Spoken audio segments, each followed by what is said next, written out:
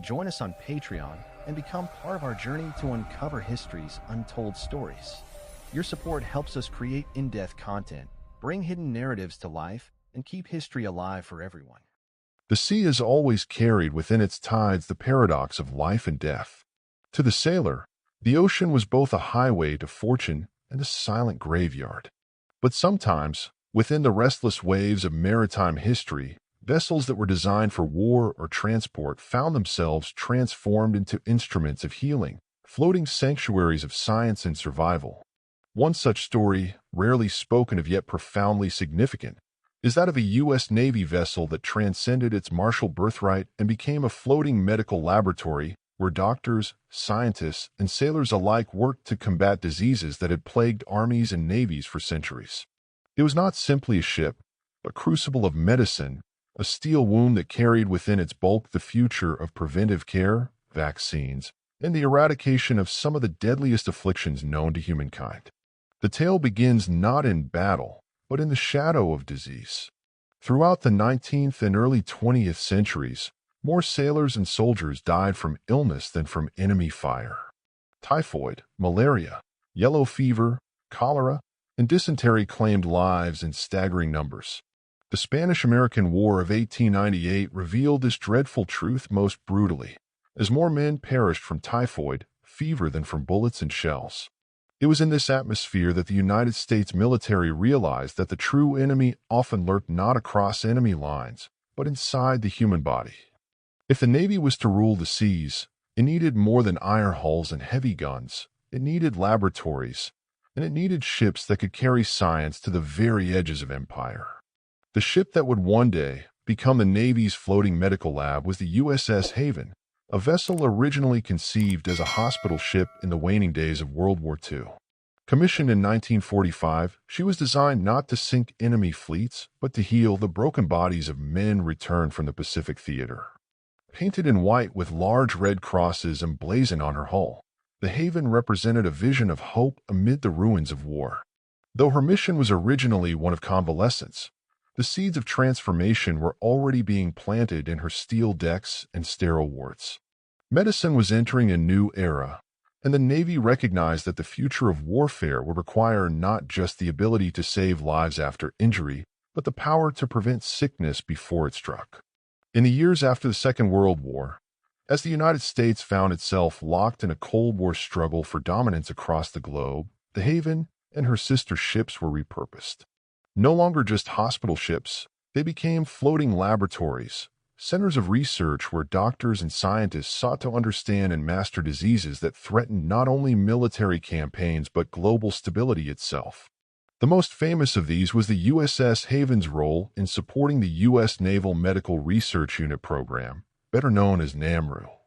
These units, which spanned the globe from Cairo to Jakarta, were dedicated to studying tropical and infectious diseases, and their floating counterpart ensured that research could be carried to regions where permanent facilities were impossible or where outbreaks threatened U.S. personnel. The idea was revolutionary. Instead of forcing scientists to work in distant, underfunded shore bases, a ship could be outfitted with state-of-the-art laboratories, quarantine rooms, operating theaters, and refrigeration systems to preserve specimens. The Haven thus became more than a hospital ship. She was a moving fortress of medicine. On board, virologists studied influenza strains, parasitologists dissected malaria-carrying mosquitoes, and microbiologists tracked outbreaks of cholera and dysentery across the seas. For sailors who once dreaded the fevers of foreign ports, the Haven became a promise that science was finally catching up with the unseen enemies that had haunted navies for centuries.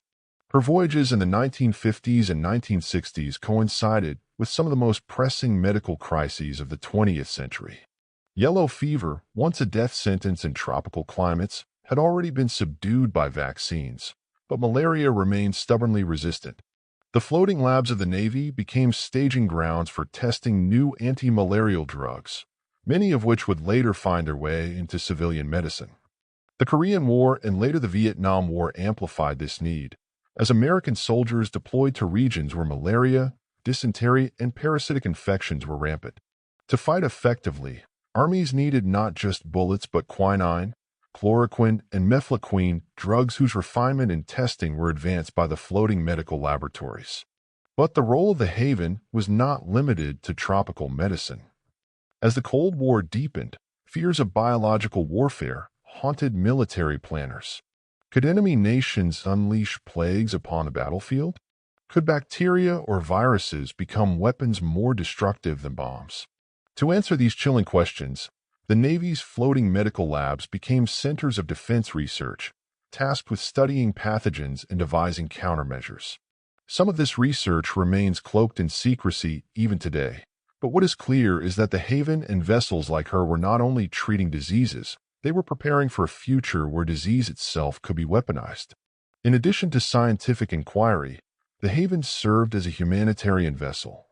Stationed at times in the Far East, she provided not only medical care to American servicemen, but also assistance to local populations struck by outbreaks. In this sense, the floating lab became a tool of diplomacy, projecting American soft power through medicine.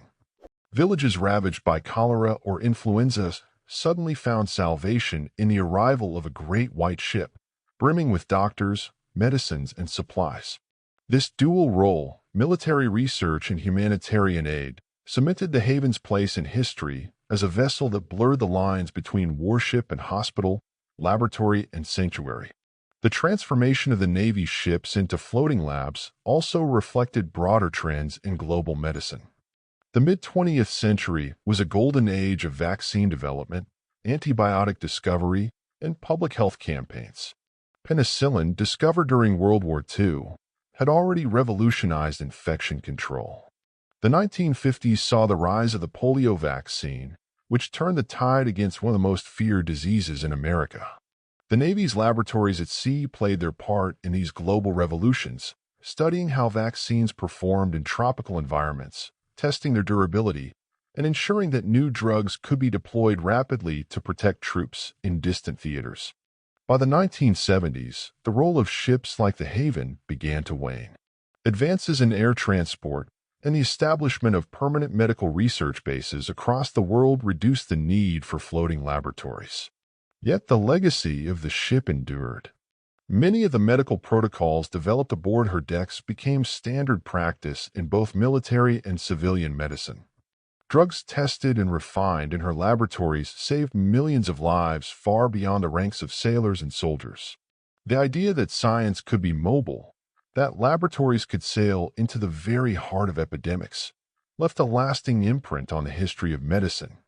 The Haven herself was eventually retired, her home no longer carrying the hum of centrifuges or the quiet prayers of patients awaiting surgery. But her story did not end there. In a strange twist of fate, the ship found new life in civilian hands, her medical facilities repurposed for various uses, even serving briefly as a psychiatric hospital in Long Beach, California. For decades after her decommissioning, she remained afloat as a relic of an era when the Navy waged war not just against human adversaries, but against microbes and maladies.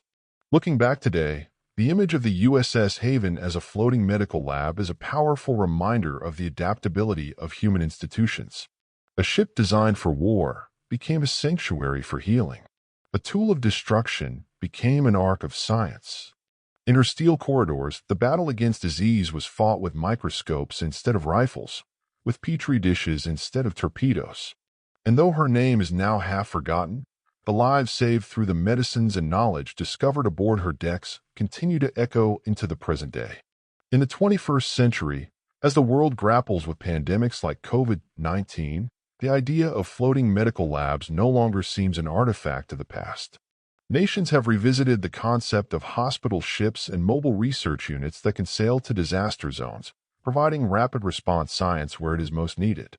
In this sense, the story of the USS Haven is not merely history, it is a blueprint for the future.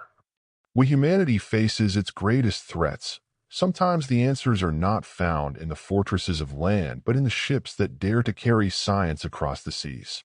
The Navy ship that became a floating medical lab is thus more than a story of steel and medicine. It is a parable of transformation. It shows how war can inadvertently give birth to healing, how the engines of empire can be repurposed for the common good, and how the restless ocean, so often a symbol of danger, can carry within it a vessel of hope. In the end, the Haven was not just a ship. It was a promise that even in the darkest storms, humanity can chart a course toward life.